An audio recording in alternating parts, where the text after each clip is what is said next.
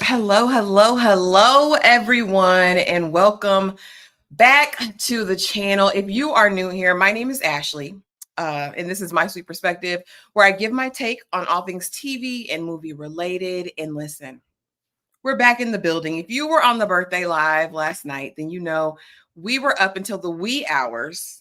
I mean, the late hours of this morning, if I'm being honest. But we are last here today, y'all, because it's time for The Shy, season 6, episode 10, and I am not alone.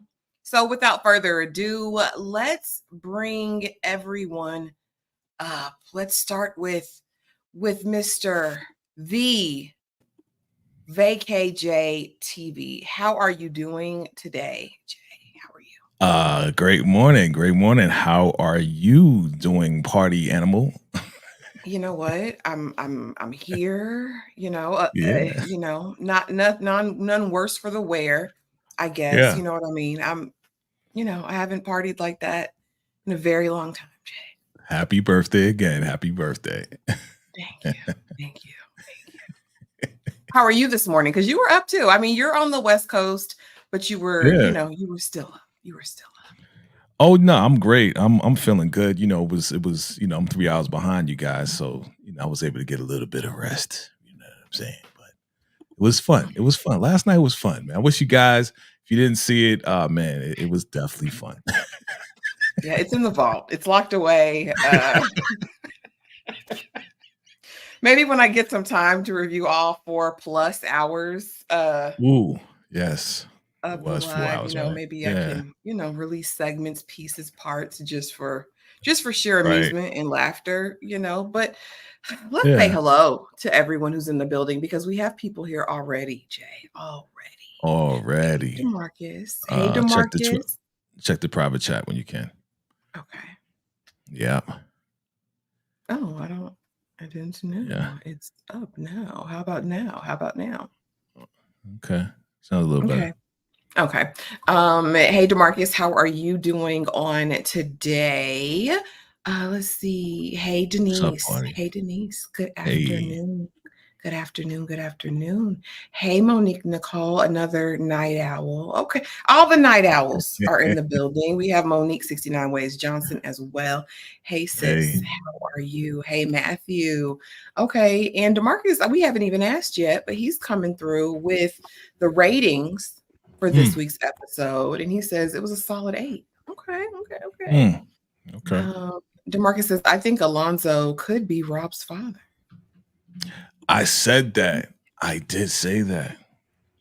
Okay, okay. Yeah. Hey, A Monique, while ago. listen, fun, yeah, yeah. Hmm. Hey, Tremaine, how Hey, are hey, you? hey. How are you? How Hey, are hey, hey. you? Okay. Oh, okay, okay. Yes, ma'am. There you go. Y'all are gonna bear with us today. We're gonna get it good, but you sound good. Cutie. Are you coming? Are you coming on?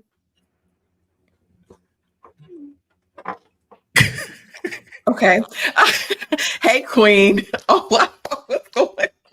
And let's do that right now while we're waiting. While we're waiting, Jay. This Yeah. episode 10, did it meet your expectations? A scale of 1 to 10. What did you rate this episode? Um. I. I okay. I would have to give whoever's in the back in the studio in the green room. Cut your mic off until you are brought up.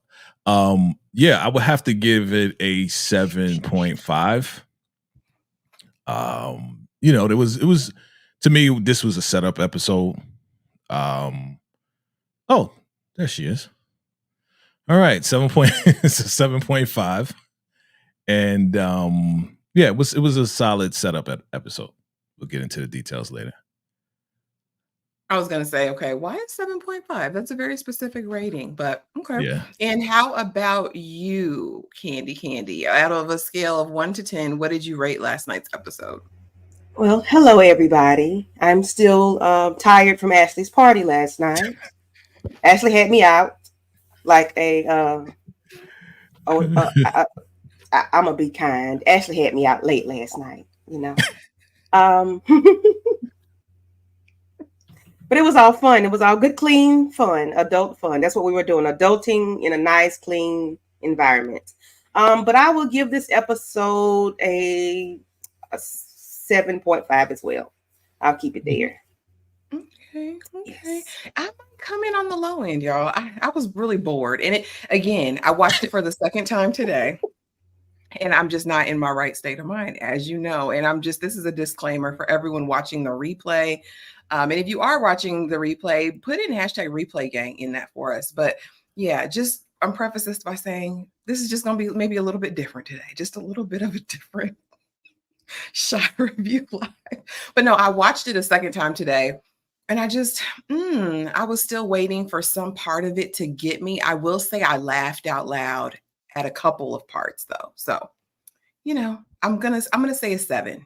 I'll say a 7. I agree with Jay. Definitely a kind of one of those filler episodes. Okay. All right, let's get right in. I'm still something. And I just except for Jay. Yes, I'm bright and peachy. I'm good. You know what I'm saying? I've been drinking my water. See, after you go to the party, you gotta rehydrate with some water. I got my water, Jay. It's just not okay. It's just not giving everything coagulating. There you are, Ashley. I can hear you now. I can hear you. This is the after party. No, this is the hangover, right? That's what they call it. The hangover. Yeah. That's exactly what this is. Monique says, "Hey, Candy Girl." It was amazing to see Reagan Gomez. Yeah, we'll get into Zaria Matthews. Absolutely. I said, Zaria, Yes. is that you? Yeah. I named my great niece after her. From the Parenthood. Mm-hmm. Yeah. Wow. Yeah. Well, her name is Azaria, but it came from her, from Reagan Gomez. Gotcha. And she's graduating high school in a couple weeks. Wow. Sweet baby. Okay, Baby's y'all. growing up. Let's get right into it. Okay. The Shy season 6, episode 10. We start out with Trig, aka Victor. People want to call him Victor now, but we got to remember him. We got to remember Trig and all of his Trigness as he's up there presenting to who I believe is the Black Caucus, right? About funding for a program in the city. And he's kind of flashing back, right? As he's giving his speech and he's thinking, I really used to pull that trigger, right? And we're seeing the flashbacks. But this episode, I think, was largely about him and what his journey is going to be like for the rest of this season. Candy, let's start with you. What did you think about Trig in this episode? What did you think about his abduction? Everything that kind of happened with him throughout episode 10. So in the beginning of the episode, we see him doing the flashbacks, and I'm like, okay, what is going on with him? But I'm like, is he finna change his mind and just forget about it and just become Trigger Man again? Like, what is going on? But of course, we see that they found the car, and him and Duda, and now he has a war wound scar. I'm kind of worried about him. Like, where is his mental? Is he on the brink of going back, or does he want to stay and press forward? I'm not sure about him. We will definitely see. And I can see that because it does feel like, okay, I just can't win, right? That's what I put on this slide, because it's like, I want to do the right thing. I'm trying to do the right thing. But every time I take 2 steps forward, I kind of get pulled back. So Jay, we saw who abducted him. We did the final predictions on Monday. And I know a lot of people had a lot of different thoughts. What did you think about this whole abduction scene? Was it who you thought it was going to be? What'd you think of that? Well, first off, we were right. We were right in saying it was Duda, because that was the last slide that I put up. Somebody else, I think it was Amina, she said she thought it was the lawyer dude or whatever trying to abduct her. So we were right. And it was along the lines of kind of what I said, because I said that I thought Duda found out that they were investigating and that's why they pulled him up. But no, this was strictly about him trying to find out if it was Trig trying to get at him, trying to take him out. And Trig made, that great statement. Like, if I was going to take you out, bro, like I wouldn't miss. Like, Period. You be done. All right. And I did try to take you out, but he didn't tell him that, right? He ain't telling me he rolled up into the smoke spot and almost smoked Bakari, right? But the great part about this, and I saw kind of like their after party, had an after party discussion. And Luke James was talking about how Victor headbutted him, and it felt real good because he feels like everybody wanted to headbutt Douda because Douda is always in somebody's space trying to intimidate them, you know, just like he was with Preacher Man and everybody else. So when he headbutted him, he's like, yeah, it felt real good, but then he got an eye jammy from Douda. So you're right, he can't win. And as far as going back and forth, as far as going back and forth from the streets to being a politician, this is the fine line that he is trying to, you know, kind of like, you know, try to balance on. And it's very hard for him to stay out of the street level because it's easy to go back to that because he's dealing with a street dude. So when you're dealing with a street dude, it's easier to just kind of be like, you know what, let me go back to the street method and just take this dude out. But I'm trying to help the community. And that's the hard part. Yeah, because now he's a spokesperson for the hood. I mean, he's the face of it, right? He's put all these initiatives in place and he's moving. Now, what I thought was interesting, a lot of just about these kind of things, because we'll get into the later stuff with him, but Miss Toni Childs lurking in the background. Candy, I'm going to ask you this question. Do you think Douda's being smart having her here in all of these inopportune, really personal business types of spaces? What did you think about her being in the background, watching the exchange between Douda and Victor? I didn't give it much. Well, I'm not going to say that because I was like, what is she doing there? I did say that. Like, what is she doing there? What is her purpose? Why does she need to see him be physical with another, you know, another adult human or whatever? Is she going to tell what she saw? Is she going to have something to hold over him? Is that going to be something against Trig because she knows what he did? Why Douda's doing what he's doing? I didn't really know where to put her in being around this because I know that she's working with Alicia too, and Alicia has something that she wants her to do. So I didn't really know. I didn't really get a feel of what she really was doing here in this moment. Jay, what do you think? What do you think about Toni Childs' presence in Douda's life? Is she being strategic at this point? Why do you think Douda's holding her so close? I'm just curious. This is what popped in my mind when I was watching. Well, I think this is all part of the plan, right? You know, last episode it was like, okay, I need to call in that favor.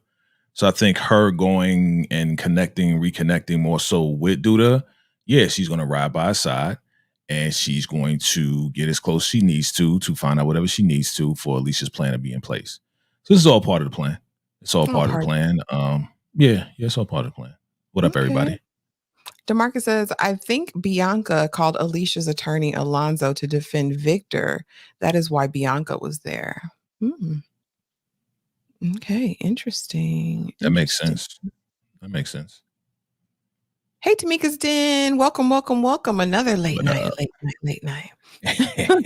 Matthew says, can't call him Trig. He's a civilian now. Please refer to him as Victor. I mean, I'll go in between because sometimes he feels like Trig to me. I can't help it. Mm-hmm. But let's keep going. Let's see. Emmett and Keisha this episode, honey. They had a lot going on. Jada and Darnell babysitting the kids for them so they can have a night out. But before they go out, letting Emmett know that, you know, if anything happens to y'all, we got the kids, which I thought was a little foreboding. I didn't necessarily like that.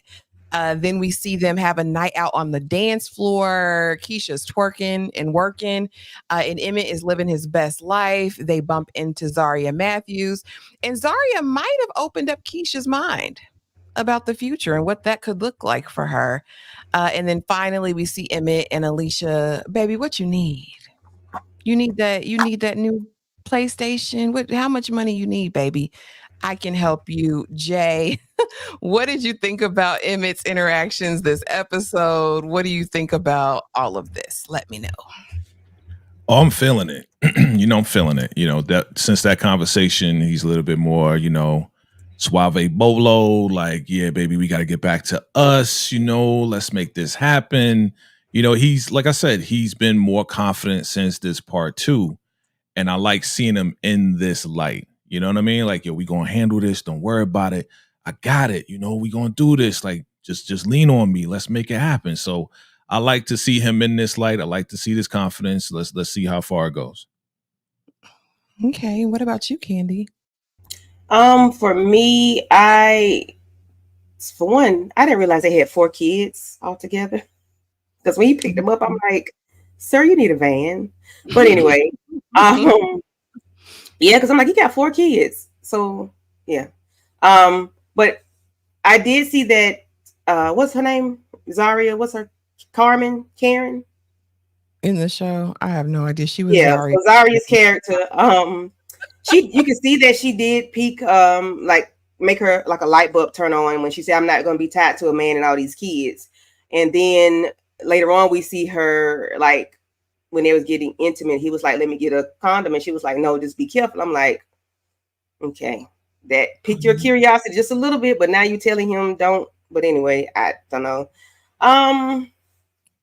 Yeah, that I don't know. They look, but they did have fun. I enjoyed them being in the club. I didn't like her outfit. It was ill-fitting. I like the outfit. I like that outfit. I'm sure you did, Jay. But we know why. Listen, she was sharing all that chocolate. Come on now. She looks good. She looks good. It was just the top was ill-fitting. But anyway, the Dante and what's his name? Emmett. Yes, y'all had me up too late. Dante. It was okay. I'm gonna tell everybody. It was 5:00. Okay. Drink some water. You'll be all right. But their conversation. It seemed why was he so about Tiff? Yeah, how you did Tiff with Dante. I'm like, why we got to bring up somebody else? We having a good time. Don't bring up the past. Well, I'll say in response to that, you did feel the vibe. He's a very flirtatious type of dude. You can feel his energy, you know what I'm saying? Especially looking at Keisha with the outfit that you really don't like. So I think Emmett picked that up. Like, yeah, you don't look like you a mother. Like, come on, dog. Like, for real, back down. You know what it is. Like, she with me. Oh, I'm just trying to be nice. Okay, just like you was with Tiff. Yeah. We know how you move, dog. Like, relax. Like, you got to relax. So I appreciate Emmett in that moment to be like, dog, chill. You know what I'm saying? Okay. I know who you are. You mess with my baby mama. Relax. You know what I mean? Okay, I get it now. Yeah. Okay, he was flirtatious, and Keisha was kind of looking like, yeah, like I give it to you if you want it. That's how she kind of looked, but maybe she was just excited about somebody looking at her. I don't know, because she's not used to going out. Because we got to remember, Keisha, was in high school and she was messing with the coach, messing with Emmett, messing with Nuck, right? And then it was like the traumatic stuff happened and she was kind of closed down for that season. She was comfortable with Emmett. So he kind of helped to bring her out of that after Mr. Nice Guy. And now I think she's like, well, maybe I am beautiful. I mean, after hearing Zaria, she's like, maybe I don't need to be locked down. Maybe I can have a good time. But I definitely thought that exchange was interesting. And I think that we will see more of that play out later in the season. But to get to the top right hand, okay, Alicia and Emmett, they're going over, Emmett goes over to the new spot, right? Where Tiff is residing, one of Alicia's other properties. And Alicia's Tiff like, was looking good, by the way. I'm sorry to interrupt. Tiff was looking really like backside was like, dang. I was like, who is that? Oh, that's Tiff. Oh, dang, I didn't know she had all that. Yeah, everybody was beautiful. They always looks good in this, they always look good. Yeah. So what do y'all think? So Emmett talks to Keisha, and I really like that. I will say that in this episode, I was like, okay, I can see why y'all are together. It really seemed like they liked each other genuinely. She was even like, thank you, Emmett, for telling me the truth, for telling me everything that happened, when you met with Douda, what the arrangement is. And we now know, he says his plan is I want to see him destroy each other. You know what I mean? And so kind of like what we talked about in Final Predictions, that he might try to play both sides for a season. Don't know how that's going to work out for him. What do you think? I'll start with Candy. What do you think? Is that going to work out for Emmett? Is he capable of playing both sides? I don't think he can play, but well, he can play both sides to an extent. He can't go but so far because he's not that street dude. He's not that guy. So I don't think he can go but so far with playing both sides.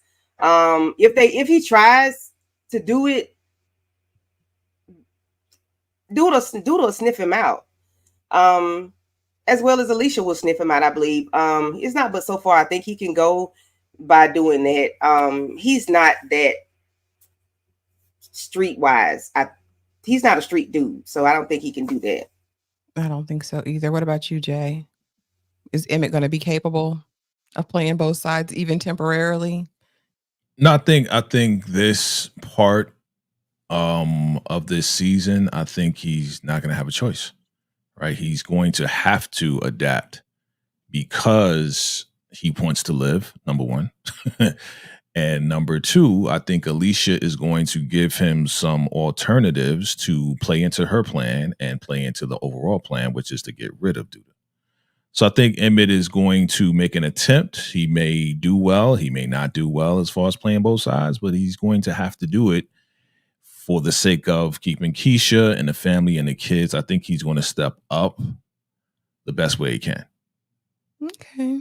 Matthew Wilson says they were both getting influenced by Dante and Zaria. They was, they weren't used to that club life. So it was funny because they couldn't hang. They couldn't hang. Right. He was like, I'm tired. She was like, my feet hurt. I was like, girl, I am with you.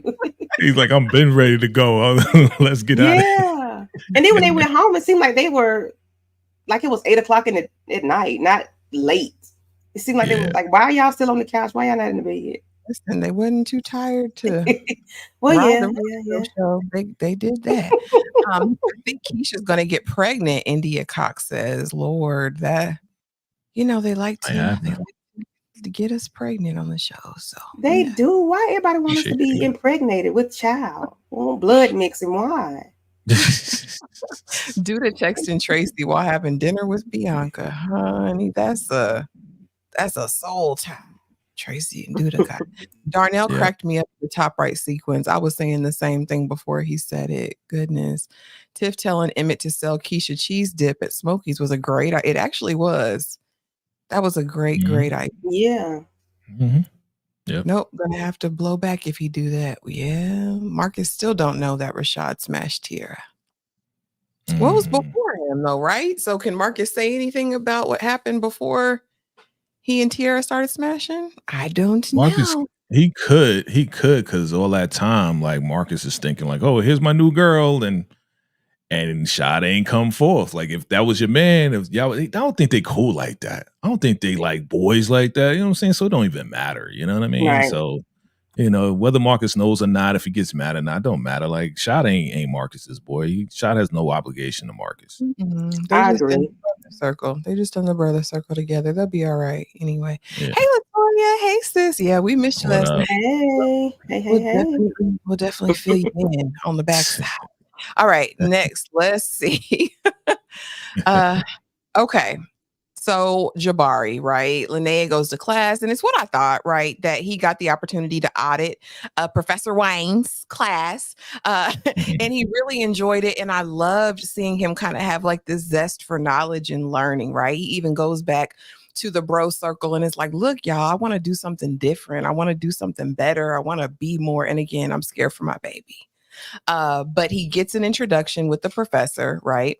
And because Linnea was like, is it okay that I bring my man to come to the class? And he's like, well, we have to follow university protocols, and he's like, but I can tutor you after school. Of course, Bakari misses the first session. He's late. And so Professor Wayne's like, you know what? I'm not going to be able to do it, bro. And then Bakari appeals to his better nature, says, look, professor, if you don't do this for me, if I don't get this opportunity, I might not make it. The professor says, okay, but here's a journal. Okay. Here's a journal, Bakari. I want you to write all your deepest, darkest thoughts and events and actions from the time you were born. Is that what's in that book right there? Is that? Jay, I'm nervous about this diary. I don't need Bakari to write down everything he done did. How did you feel about this whole storyline with the professor and Bakari this episode? Well, first, shout out to Lene, right? Because Lene really cares about Picard. And that's evident. After everything, them getting caught with the stolen car and everything and ruining the whole prom night and everything, right? And her possibly having a record or not having a record because they got, taken into the police station last part of the episode, part of the season. She really loves him. You know what I mean? So for her to go out of her way to say, hey, you know what? I know you want to move forward. I know you want to, do better. Come to my class, like learn something new. You know what I mean? So, I like that part. And I like the fact that, Professor Gardner, that's his name, Gardner, right? Said, Yeah. you know what? I'll tutor you. I love that. He was like, yo, even though, I'll tutor you, man. Like, come through, I'll tutor you, which is cool. But he was trying to teach him a lesson when he was running in there late. Hey, you know what? It's over. No, please, please, please. I need you to save my life. So for him to go out of his way like this, it's obvious that Professor Gardner sees something in Bakari, and he really wants to help him move forward in life. So I love that part about the professor. I love the fact that, hey, I thought about that too. When he gave him the journal, I was like, I hope and pray that Bakari doesn't get so comfortable and so close that he then kind of reveals his true other life, right? Of being with Duda and the unalivements and the straps. And I hope he doesn't get that close where he exposes that. But there's a possibility, right? Because Bakari's looking for a father figure. Papa's gone, right? That was like his dude. That was his dad. He took him in. He told Bakari, stay at the table. You part of this family. So, hopefully he doesn't get so close where he exposes stuff and then he gets in trouble. Then Professor Gardner has to tell somebody about it. And then I don't want to see Bakari locked up because of his association, So, and that's my thing. That was my biggest. Because I love the vulnerability in Bakari this episode to really, because for him to like literally beg or ask in that way is completely out of character for who we've seen Bakari as in the past. So it took a level of humility for him to do that. And I loved the response from the professor. But again, I'm just nervous about that. And I'm like, is this another Professor Jabari situation? Like, are you going to try to take this young man's story? Because he is a lit professor. I don't know if he's an author, but listen, my mind is churning. I just want this whole thing to be on the up and up. That's what I need. I don't think Professor Gardner is anything close to the trash ass Professor Jabari, like at all. Like, I think Professor Gardner's a really good dude. You know what I mean? Like, I don't think Professor Gardner's like, oh, I'm writing a book, by the way, write down everything in this journal and give it to me so then I can put it in my book and I'll pay you whatever. Nah, I don't think we're going to go down that dark chapter. That's whole different writers. DeMarcus Vaughn says Professor Gardner sees Dwayne Wayne and Whitley and Bakari and Lene. It's very cute. It gets all the vibes. Yeah. Latoya says Bakari better ask Terrence about Professor Wayne. He don't play about being late. Not with Lena James or Terrence. We know Professor Wayne didn't play. I'm glad he got them blickies out the house. Absolutely. Bakari sees Pastor Stanley. Okay, Jackson and Professor Gardner. Yeah. Father figure. Yep. Good observation, DeMarcus. Bakari writing in a journal is like, I'm telling, that's what I felt, DeMarcus, in my heart. In my heart of hearts, that's what I felt. Jay says we're not going to see that. I hope we don't see it. I'm just, Oh, you forgot one more comment right there. What? Monique 69 Ways right there. I put that up, Jay, before. I agree, Jay. I agree. So, Candy, we were talking about Bakari and Professor Gardner and this journal. What was your take on this whole situation with Bakari and the professor? It made me think about Tariq and Professor. It took me back to Power. It did. Instantly it did. And then I'm like, if he writes this journal and tell his story, is he going to turn it into a film? Or like, my mind went there. It did, But I'm glad that he let him in because he really wants to he really wants something different for his life. And I appreciate him being honest with him by saying, either I'm gonna be dead or in jail if you don't help me, Yeah. And I appreciated, him being open and honest with a total stranger. And he let him in. And I really appreciate it. And I'm glad that he was able to have someone that he could talk to. Hopefully he will turn the corner soon. I do too. I hope that I want the best for my baby because I want the best for him. Yes. He's so okay, sweet. y'all. Listen, we saw Ike come out. We saw Ike come out of Britney. In my opinion, I don't think it's too far-fetched to think at some point Britney might be from the slapper somebody tribe. You know what I mean? So we get to see Britney, Gemma, and a new boo thing sitting on her lap, okay, that Gemma doesn't like in the studio. Gemma's giving her constructive feedback because, your music is okay, Britney, but it could be better. And Britney says, girl, shut up. It ain't the music. Your job, okay, your job is to get out there and get this money. All right. My job is to sit here and collect. That's what Britney came off. It was very much giving pimp. Okay. Gemma didn't like that. I'll start with you, Candy. What did you think of this whole exchange with Britney's attitude, with Gemma's whatever? How'd you feel? I like your caption, true colors, because the true colors were shining through. I'm glad it happened now versus later. Hopefully she can back off of her. Even though we're 10 grand in for whatever she is doing for her. I hate it. Well, no, I'm glad it happened. I'm glad Gemma was able to see that this girl is not who I thought she was. I'm not going to be the only one. She doesn't mind flaunting people in my face. So, hey, I'm glad she saw it now versus later when she's like maybe too deep in to it, where she can now put her mindset back where it's supposed to be, and that's with Jake. But if it doesn't happen, it'll be her own fault. I need Gemma to stay away from everybody until she finds herself. I need her to leave baby Jake alone. And Jake gonna move on, but we'll get to that in another slide. Jay, what did you think of this situation? What'd you think? What'd you think, Britney? And I mean, it's another Lucille moment. You know what I'm saying? You basically played yourself because, you just went along just to go along. And shout out to Jake because Jake called it. He said, hey, she going to be your pimp. And that's exactly how she was acting. I ain't pay you to critique the music. I just paid you to give me some gigs, right? You got all these people in the studio now. You know what I mean? She all a celebrity. Well, my stuff is good. You don't think my stuff is amazing? You know what I'm saying? So this eventually was going to happen. We knew it was going to happen. And now that we're seeing a little bit more of the backdrop of why Britney is really there, we notice she doesn't have good intentions at all. And she really is overconfident within herself.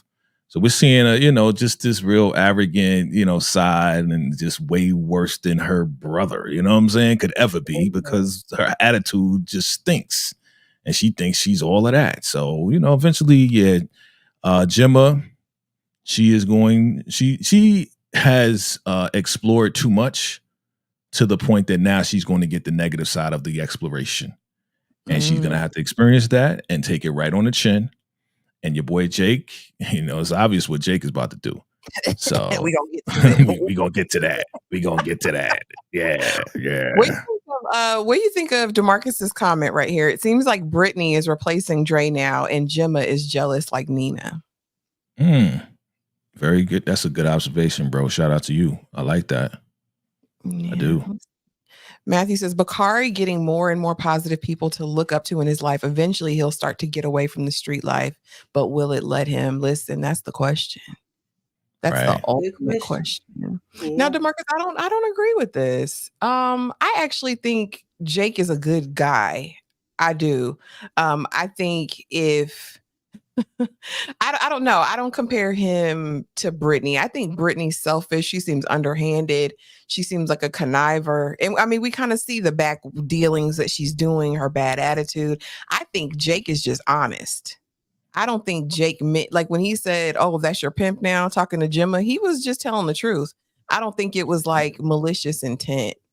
I think I think what DeMarcus is saying is the attitude that Jake used to have, right? Like Jake, let's be clear and remember, Jake stole Kevin's girl, knowing that Jimma was messing around with Kevin. Okay. Yeah. So Yeah. that's why I used to call him Jake the Snake. Cause Jake, even before that, Jake was like trying to pull Kevin's girls. You know what I'm saying? So I know where DeMarcus is going. Like Jake was bad. Now he's turning a little bit good, but we'll see how long that lasts. So I kind of know where he's going as far as the characteristics of the past and how Jake used to be. So I get it. And Yeah. I never. I wonder where Brittany's attitude came from. Yeah, that's my Is thing. it because she had company and now you think you can just have an attitude and say stuff to me? You know, people show out in front of company. Like, is that her thing? I think it's just Like, her. I think it was just Yeah. coming out. I think it was It going to could come just- out. True colors. Yeah, I think it was just going to Yeah. come out either way. But yeah, I always like Jake. Whatever that little girl bros over, we know what it is. I don't know. I just never thought Jake was a bad kid. You know what I mean? Brittany just seems kind of bad to me. But Seem evil, right? yeah, nefarious intent. All right. Now, y'all, this sent me. All right, because we see Shad and he's in the car. Darnell got Jada's house coat on and came out and said, I see my boy out here. Listen, in the car. Come on, baby. Come on in the house. Cause what are you doing? How did y'all feel about Shad? We also saw him in the bros circle and he's saying, I can't eat, I can't sleep without her. I miss my baby. I want my woman back. Yeah, let's just talk about that and then we'll get into more about Shad because I got slides for that too. But what did y'all think about how far he's fallen, how he's feeling, post the breakup? I'll start with you, Candy. I was confused because he doesn't have money to get a hotel. Like, I don't know. You got to sleep in your car. And then it's you fishbowling, sleeping in Chicago on the street. Like, everybody can see you. You're not afraid of being taken out. Somebody stealing your vehicle. I don't know. But then you're sleeping in front of his house instead of just knocking on his door asking to go in. Like, you're right there. Why not ask? You have all these people that you're around. Why not ask them for the couch again? Just take it. Okay, I messed up. Now I need some help. Versus you letting somebody come to you. Like, you putting yourself out there in front of them with the sad face, waiting on them to tell you to come in. Why are you outside of his house like that? It's crazy. You're too grown for that, for one. Like, no. Jay? First of all, whose car is that? I didn't know he had a car. That's number one. Like, whose car is he in? That's number one.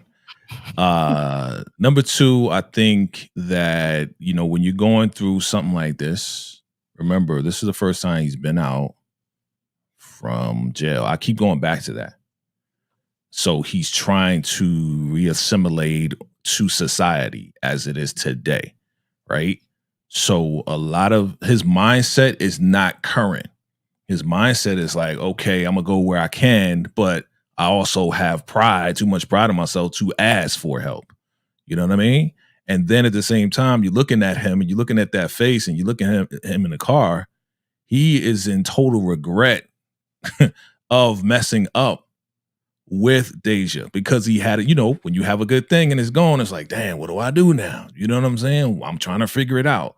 So I think right here is the moment where he's like, man, I messed up. How do I get through this? Yeah, I'm outside the house, but daggone it, I don't want to ask. So I've been asking for favors. I asked Trig to stay at his house. I asked, you know what I'm saying? Like, I messed up. I'm trying to figure it out. But when Darnell came out there, my guy Darnell with the house it coat. changed his whole character, man. Like, the no Bluetooth, and now you wearing your white freaking robe.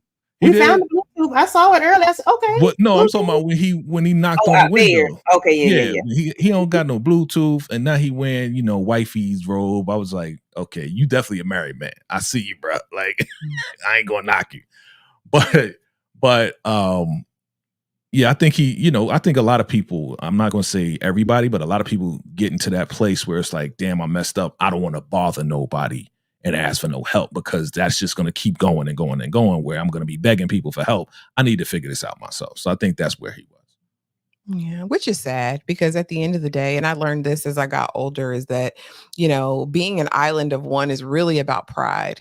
And it's really nothing outside of that. And sometimes we have Right. to let that go to get the help we need so we can be better, right? But y'all, so we see a situation, right? And I did this on purpose. I put it in this order for a reason, because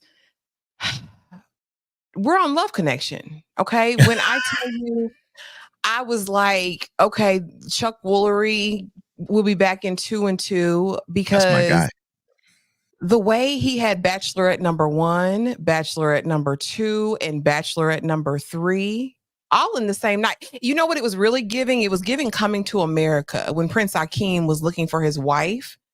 And, we got together, the doctor separated us. Like, it gave all of those vibes. He has one chick who orders the whole left side of the menu, right? And he says, well, I guess I'll just have a water. So I think that was his hotel money, Candy. And then he has the other one, like, are you ready to get married? Is marriage on your radar? And then he has the other one who says her baby daddy's stalking her, not baby daddy, but her ex. And her head has to stay on a swivel because he's going to unalive the next person. What did y'all think of this dating game? What did you think? I'll start with you, Jay. Sleeping in a car. Oh, hilarious. This whole scene, as soon as he walked in the door and he's like, ooh, I see her over there. Ooh, yeah, you the one. Ooh, I come. Like, it was just hilarious. Shout out to Jason Weaver, because he did a great job. But the first one that he spoke to was the one in the middle, and he was like, yo, I'm here for you. And she's like, what was your last relationship? I was like, what happened to, hello, my name is Shad, what's your name? Like, she just went right into, oh, you out for a rebound, huh? You want a rebound chick? No, I'm here for love. You want to get married? Hell no. Get out. Next. and the sit down, oh my God, I felt like, and shout out to my people in Atlanta. Shout out to all my people in Atlanta, but I felt like I was back in Atlanta when it was like, yeah, get what you want. Da, da, da, da. I was like, okay, let me get the lobster, let me get this, let me get that, and let me get a getaway plate, because I'm gonna take some food home. Oh no, you can't eat my food. I was like, oh my God, I feel like I'm back in Georgia. Right there. But shout out to all my ladies in Georgia. Shout out to all my ladies in Georgia. But the I gotta look over my shoulder. My ex is coming for me. Oh my God. Every one of those like scenes was just hilarious. And the fact that he was just kind of going along, bro, I would have just got up when she was ordering the lobster, like, oh no, I'm good. Bye. I ain't going to sit here drinking ginger ale while you eating good. No, hell no. Hell to the no. Used himself, went to the bathroom, and dipped out. Exactly. Same spot. Exactly. Quickly. Yeah. Hell no. What do you think about this date? His Love Connection, his Bachelorette. Wouldn't have been me. I was like, what in the ham and cheese is Rashad doing? Like, why? Sir. Again, coming straight out of jail. Come on, man. He is so green when it comes down to this dating thing, for real. Like, I don't even think he was like moving around like that before he went inside. You know what I mean? Now he's an older man trying to live in this society. It's like, dude, you don't even know the game, bro. You terrible at the game. Terrible. Yeah, that lady, she ordered, like my homeboy say, what would you like? Menu. And that's what she did. She ordered menu, because I was like, dang, is she gonna stop calling out items off the menu? But that's what he get though. That's what he gets. And like you said, that was his hotel money, or whatever, tent money, because he could have put 10 in the car. That's why I was saying, do some tent if you're gonna be doing all this, sir. Yeah. And the lady with that said her head was on the swivel, he should have ran really fast, because that was a no. Run. Yes, like I Black Panther, run. Victor's woman don't get down with Rashad like that. She don't want nobody else living in the house, does she? No. Is she there? Now that Jake is gone.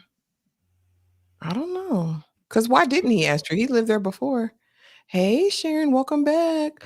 I would have risked it for number 3. He got to just tint those windows. Really? You taking chances like that? You living a dangerous life. Oh my goodness gracious! That was So that the he key, didn't baby. catch me in traffic with her. Dang, yeah, I wouldn't take them type of chances. Dangerous. No, because you don't know who the ex is. The ex might be Duda. No. What if it was? Listen, okay? We're not playing those types of games. No. Not at all, y'all. Not at all. Let's see what else we got here. So after all is said and done, Shy got his bag. He got his spin a night bag. Back in my day, we call it the whole bag. You know what I mean? That's the one you kept on deck. Just in case. You know what I'm saying? Just in case. Yeah. But he had his spin a night bag. And she said, he said, I'm here to change them locks. He said, baby, you gonna change something else. First, you can worry about them locks in the morning. In the morning. Right now. Yeah. What did you think about the elderly cougar cat invitation, Jay? Were you this was out of the blue for me. I'm like, really? Yo, first and foremost, let's run it back to when they went to the house fixing stuff up. Like, she was on the prowl. Like, you could see in her eyes, she's standing there looking at him. I could see the mother freaking heat come from her body. Like, ooh, look at this man right here trying to fix my plumbing. He looking kind of good. I like him kind of young. I saw that. I was like, for real? It's been a while, huh? It's been a while. And this the guy you're gonna choose? Okay, well, he needs you more than you need him. Trust me, okay? Because he don't got no place to go. And I was actually surprised, as you said, Ashley, but I was kind of happy because I want to see how this is going to play out. Like, how is she going to utilize him? Because this is more than just I want to get my little cootie cat scratched.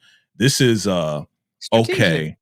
You can do something for me more so than change the locks, scratch my cootie cat, and some other stuff. So I'm gonna utilize you, young man, to do a lot of things. You know what I mean? So I'm looking forward to how she's gonna utilize him. Cause look at that look on her face, honey. I feel like she gonna ruin Shy's life. He's not gonna be able to cope. He's gonna wake up walking in the morning. Candy, what did you think, friend? You and your captions be spot on, okay? Spin a night bag. Like Jay, I knew when they were working on whatever at her house that she was, scoping out she was checking out the view, seeing what time it was. She heard that he was in prison or jail. I can't remember what she said, prison or jail. I think that might have turned her on. She got a little young thug in her life that she might want some thug loving. I don't know. Didn't Bobby Brown have a song called Thug Loving or something? I think so. She might want some thug loving, and she's fine with those locks being put on her door, because and more. She want him to unlock something else and get that coot nanny. Yeah, it's just that's despicable. Really a coot nanny. Yeah, that's one. You got to be a bold son of a gun. He with it. Listen, he said, whatever I got to do to lay my head somewhere tonight. Is that what it is though? Is that just to lay his head somewhere? I mean, is he that what they call it? What hobosexual? Is he he's a hobosexual? God almighty. Unfortunately, because it sounds like he's got ideals, like he wants to be the man that provides and do all that. You'll hear him talking about that a lot. But when Darnell invited him in, Jada's not having it. Jada said, I don't want this grown man in my house. And, they be babysitting the kids. She probably has her reasons. And so he probably doesn't feel comfortable. So I think he might feel better. You know what they say, fair exchange ain't no robbery. So if he gives her the dizzle and she gives him a place to stay, maybe he feels like he worked for it. Also, just to add to this, I believe Alicia is the type to say, you just got out of jail. You ain't making your own money. The conversation was, this is what I want to do in my life, but I'm working on that. I'm putting my money underneath the mattress or in my box or whatever. And she's like, there's other ways. Why don't you give your money to somebody you trust? You could trust me. So I think she's looking at it as a project with a man who is desperate, that is willing to do anything. And she wants to have people around her that is willing to do anything if she pays the right amount of money. So she is an actual user and collector of people that she can use them to a point to get her to do what she needs them to do. So do you think she will have him to be squeezed on the trigger? I think she'll have him do whatever she wants him to do. I mean, I did see the preview, the trailer, right? And what we're going to see is that Shad is going to clean up, but he may become one of her like henchmen, bodyguard type, like, okay, I need a good person by my side that I can trust. If I make this money, then, I'm going to let you have it so you can take care of it. But I think he's going to develop this relationship with her where he's going to do anything for her at any given time, even if that means taking out Duda or whoever. And I feel like that was the big takeaway that I had from this whole episode was Alicia building her army, right? She's building all of these alliances, honey, because she was big mama with the bag. You need, how much you need? What do you need? Right. What do you need? And we know nothing she does is altruistic. Very smart, very methodical woman. So yeah, I tend to agree with Jay. That's what we're going to see. Now, this one I feel was a throwaway scene, and I just was like, all right, okay. It wasn't even really any contention. Nut comes up to Rob and is like, I want in the biz. I know what you did. I know what you did last summer. If you don't let me in to Tiff's biz, I'm going to tell. And Rob says, okay, I do want to live. You're in. How did y'all feel about this? I'll start with you, Candy. He gave in so easily, and I understand, your life is on the line, but you didn't even give him the opportunity to, I wouldn't have gave in that easily to somebody else's business, even though it's our business, but it's Tiffany's business. But Rob, maybe because of what he just went through, he's like, okay, all right, cool, all right, you can get in. I don't know. I just didn't like, sir, how you just gonna say okay? I don't know. Because it started out like, scene for me. Because he was like, I'm not scared to go. Everybody got a time to go. And then it's like you turn around and you are scared to go. Because when he threatened to take you out, that's when you asked Jay, what'd you think about this scene? Did we need this? Did we?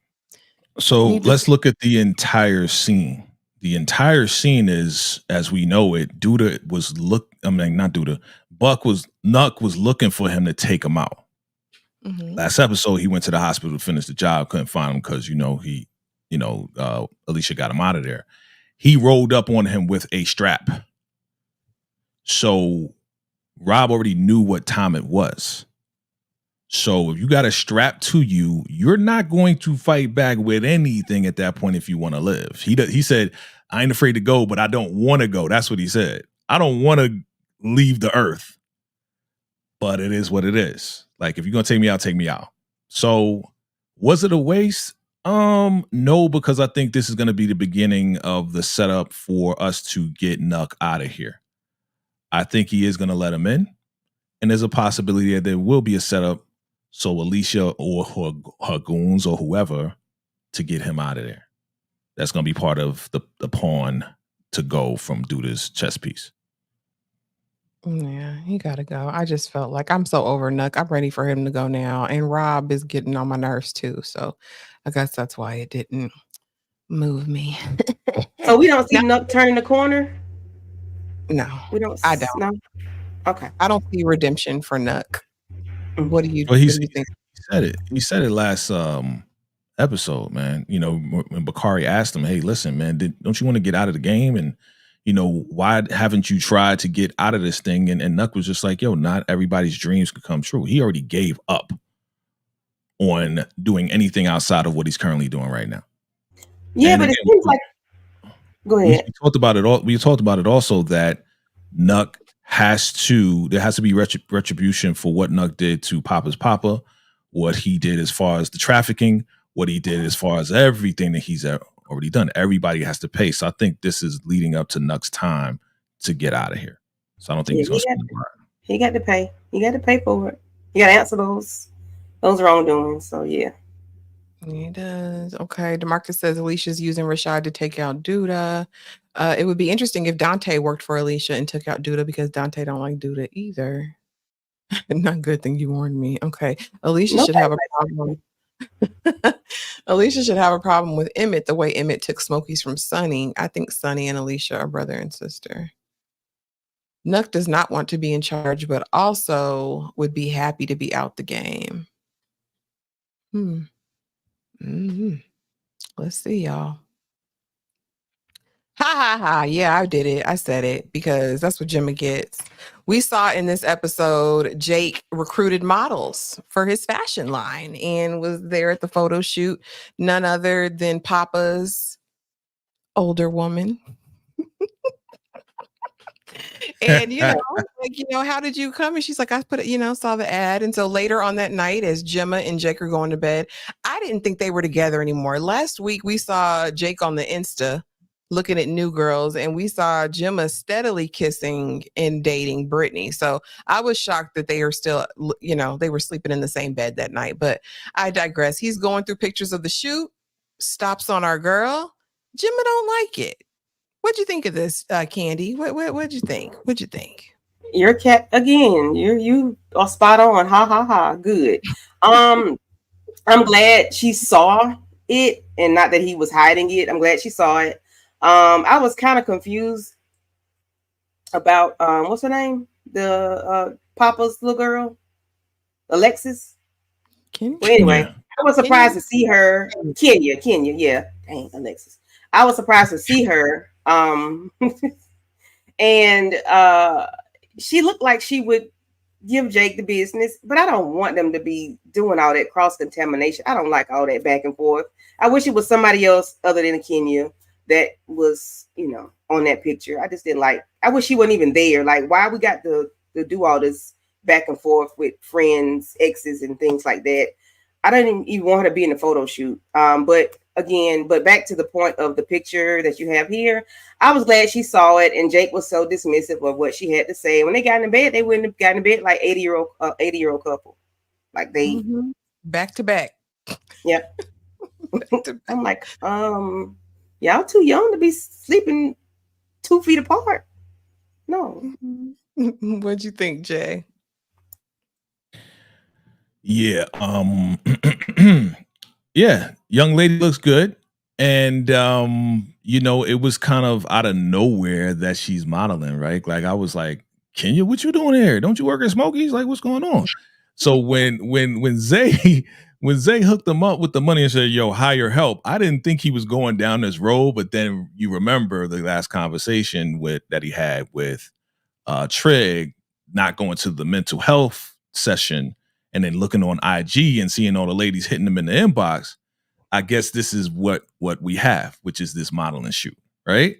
So I'm with you on that. And yes, Monique 69 Ways, Gemma had the nerve, right, to act like she, like concerned about Jake now when she messing around with freaking Brittany. Like, you just a spoiled ass brat. You want to have your cake and eat it too. And again, I was, back to you, Ashley, I was surprised for her to be at his house, sleeping in his bed. So I guess they was, the whole conversation before was, this supposed to be my crib, you know what I'm saying? And not you. You ain't gonna be living here with me, da-da-da. But I guess, they probably messed around again and she was like in the bed, right? But I'm just tired of Gemma's spoiled ass. Like, she's a spoiled brat to me. And it's like when some go left with Jake, she go to Brittany. Someone go left with Brittany, she go back to Jake. And I'm like, this is terrible. You know what I mean? I hope, like you said, Candy, I hope that Jake don't smash Kenya. I hope it doesn't happen. If it happens, though, it happens. Papa is not with Kenya at all. He made it clear, I can't be with you because I want to follow my father's wishes. I'm going to, I'm saying, like, he broke her heart because she was there for him. Okay, it's only right. Like, this is what it is. But it looks like Kenya's there strictly for business. But we'll see where it goes. But this is a whole setup for something else. Like I said, this is the setup episode. Yeah. Still, it's like Chicago's big enough for y'all to have different girls. You know what I mean? Like, we don't need the same girls to be. But then we got to introduce a new character. I mean, we got to get to know her too. It's a whole nother complexity of another personality. That's all it is. I mean, don't be lazy. Just do it. We got time. Yeah. And I will got the budget. My biggest takeaway from Tiara this episode, or Gemma was that I felt like she was a carbon copy of Tierra. I was like, oh, that's your mini. Like they're literally the same. They even are dressing the same now. I was like, okay, she's her carbon copy now. I guess that's what she wanted. I guess that's what she wanted to make her. Yeah, she does dress very mature for her age. She 19, right? Her little suits. Mm-hmm. Yeah. Like suits. All right. We saw Tony Childs and Duda. And she's, you know, not many people make a mark in this world. And Duda, they're going to remember you. You know what I mean? You made a mark. And Duda says, baby, no one said anything like that to me. Let me take you into this back room and show you my strong back. Is Duda this dumb? He can't be this silly at his big, large age to not see right through Tony Childs. Jay, does he see through this facade of flattery? Or I mean, taking it all in? Duda know how to play the game, man. He is the game, bruh. You know what I'm saying? So this was super obvious to me, right? You know, we know that the plan is in place. We know Alicia says, all right, get close to him, get so close to him, so I know exactly what's going on with him because we plan on taking him out eventually, right? But I think Duda is just playing along. He might slightly believe what she's saying. He doesn't have any reason not to trust her. He hasn't seen anything from Bianca to make him be like, I can't really trust her, you know, because they was smashing. Remember, it was 420 last part of the season, and that was the first scene. They was smashing and smoking and doing all types of stuff. The strong back, as you call it, and everything. It was going down in the shower. Okay, before Rosin came in there and just ruined the whole thing. I wanted it to continue to go on, but it didn't. But make a long story short, she's not giving him any indication to not trust her yet. Will he fall for it? I don't think so. I hope nothing happens to Bianca, but she is just playing it real close to like, what you really doing? You know what I'm saying? You bigging me up now? Like, you've never really bigged me up like this before. You know what I'm saying? Like, that would make me question, like, what you want? What you up to? You know? So. That's what I felt. After that attempt, that's my thought, Matthew. Yeah. I feel like he should be a full alert. Candy, what did you think? What did you think? I was wondering if if this is new conversations for her to be having, like being so kind and, so uplifting. Is that new for her? If it is, then she better keep her head on the swivel. But I think he's smarter than we want to give him credit for. Because that's, like you said, he's the game. This is what he does. This is his life. He plays games and he, flips it and reverses it on everybody. So, hopefully he will not do anything to her and, let time go on and see what's going to happen. As far as her taking him out for Alicia or putting him in the position to be taken out, I don't know if she's supposed to do it herself or what, but I think time will reveal the truth, as Diddy says. Early prediction: I think she'll be gone by the end of the season. I don't see it for Tony Childs. I want to. I love by somebody. Either she's going to fail the mission and she'll confess to Duda everything that's going on, and Alicia will be on, getting her out of there, or Duda will find out she's working for Alicia and get rid of her, or was Rosalind Candy Burris, right? She'll come back because she always comes back carrying a bone, right? And say, your girl is working for blah, blah, blah, blah, blah. And she'll help him get rid of her. That seems I can see more, that. I agree with you. I can see that happening because she's always coming to clean up stuff and save the day and be like, this is what's going on. Because last time she came, this was going on. The feds is all over us, so you need to talk to your boy Trig and make sure we on the same page. Remember that? So yeah, I could agree with you, Ashley. She probably will come back and be like, your girl is playing a dangerous game. She's trying to play you. She's a cleanup woman. Cleanup woman. Yeah, dude is Olivia Pope. Mm-hmm. Ooh, okay, so we meet Mr. Alonzo Lafayette. Okay, which again we see Trig's campaign guy, manager, whoever he is, and Alonzo the lawyer shaking hands. Trig said, "What do I need a lawyer for?" He said, "Baby, get in the car."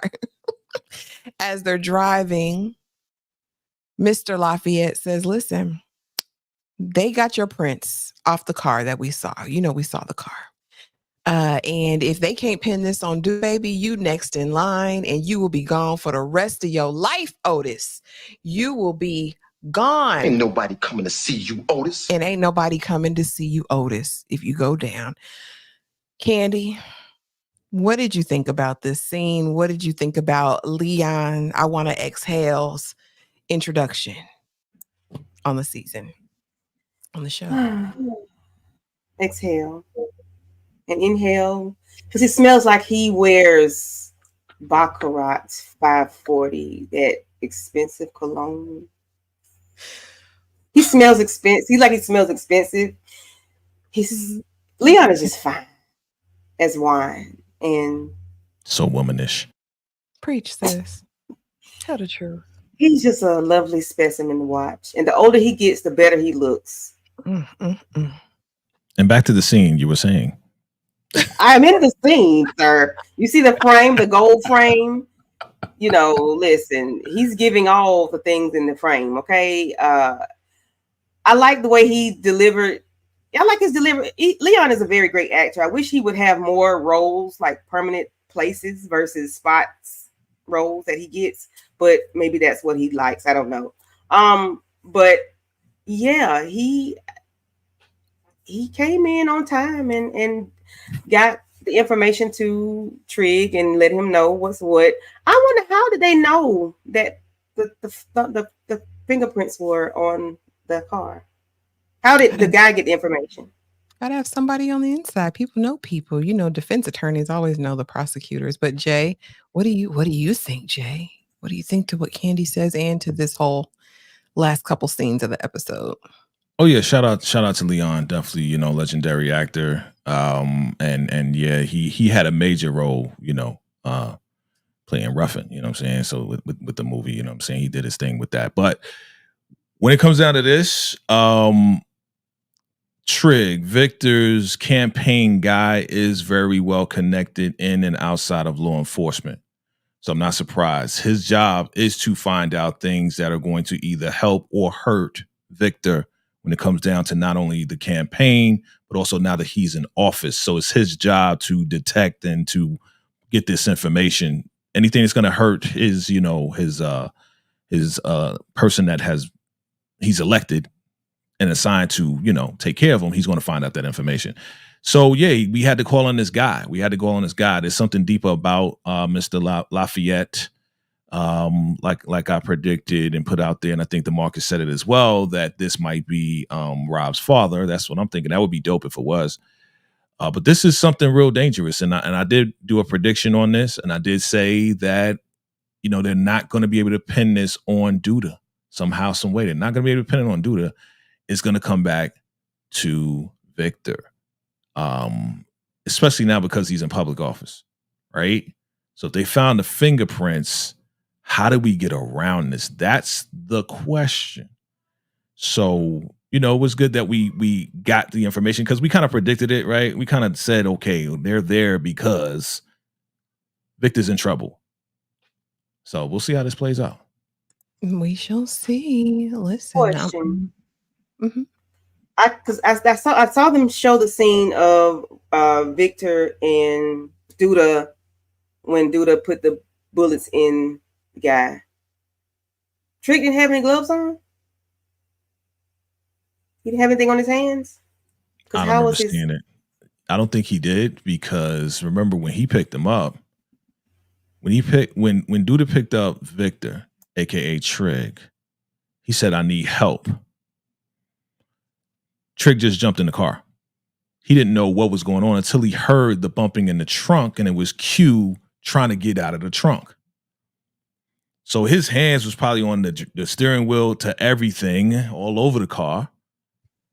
And then when Duda pow, pow, pow, pow into Q, he was like, "What the hell? I told you I needed help. Now I need help getting rid of this body."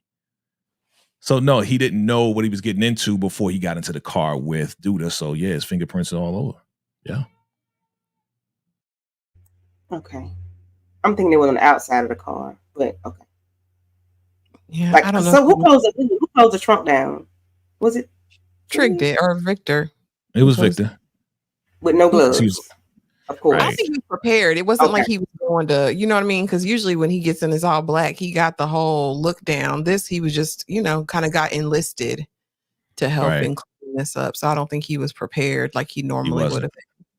have. Yeah. Unfortunately, I mean, I wonder if we're going to see a trial by the end of the season because you know how they like to stretch out the corrupt public officials. So it'll be interesting to see. Do you guys have any final thoughts on the episode 10? Yeah, like I said, I thought it was a 7.5. I thought it was a setup episode. I thought it was cool. It wasn't. I didn't hate it, but again, super setup. I really wonder what's going to happen with Jake and Kenya. I really wonder what's going to happen with Bakari. And again, I hope he doesn't overexpose because he sees this guy as a father figure and he's going to trust in Professor Gardner too much. And what is Professor Gardner going to do? Is he going to feel obligated to help this man, but it's really going to hurt Bakari? Because he's going to have to tell the authorities. He's going to have to give up this information. I hope that doesn't happen. I hope he gets out. I really hope Bakari gets out. And as far as Emmett, Emmett really is going to have to play both sides of the fence. And yes, your boy Shad, shout out to Shad. You know what I'm saying? I'm getting the cool. Shout out to Shad. You, Candy, any final thoughts on the episode that you want to share? Y'all really got me thinking about this last part of this episode. Like,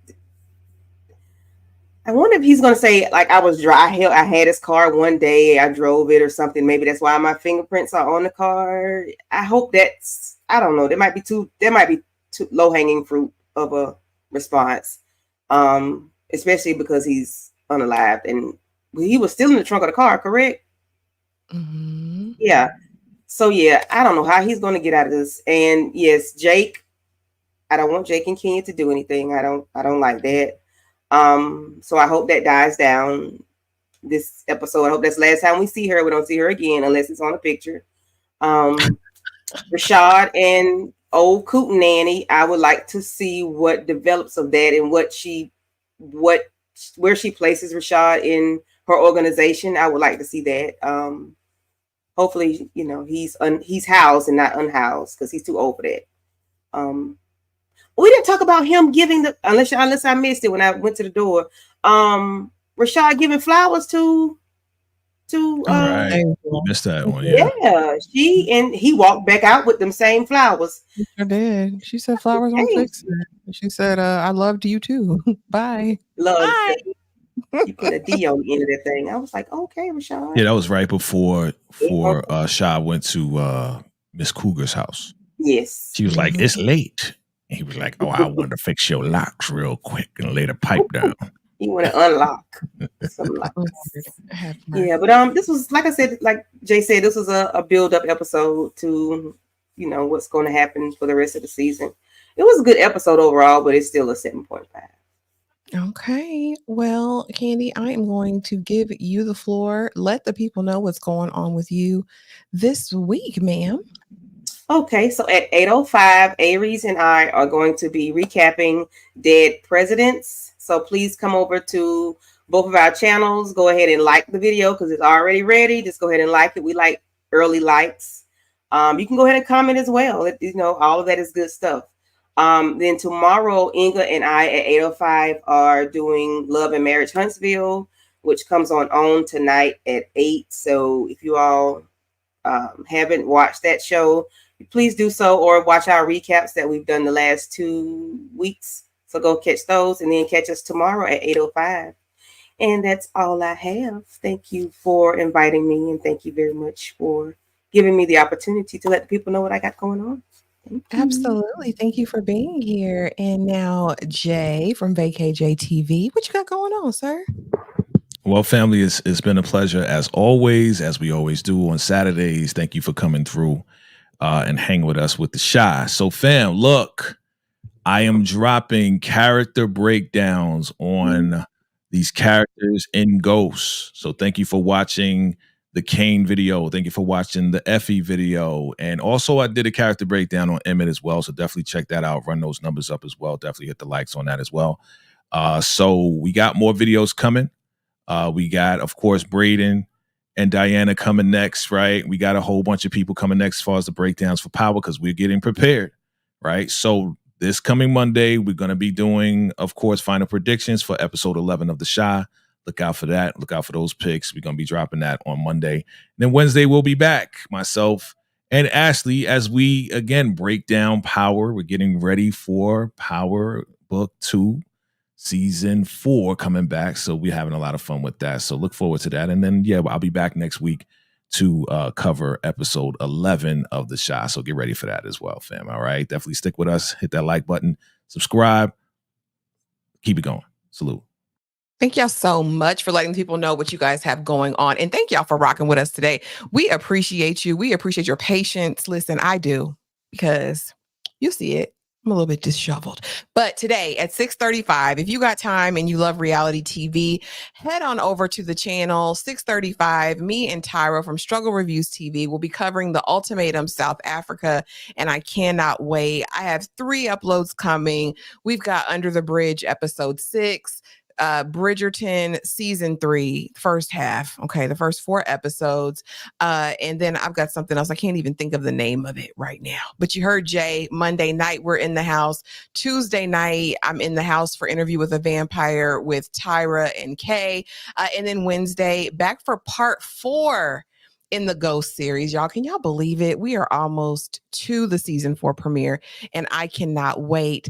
But thank you guys so much for being with us. We appreciate you being so live in the chat and all of your support. We wouldn't or couldn't do it without y'all. So without further ado, we say thank you and have the most amazing rest of your day.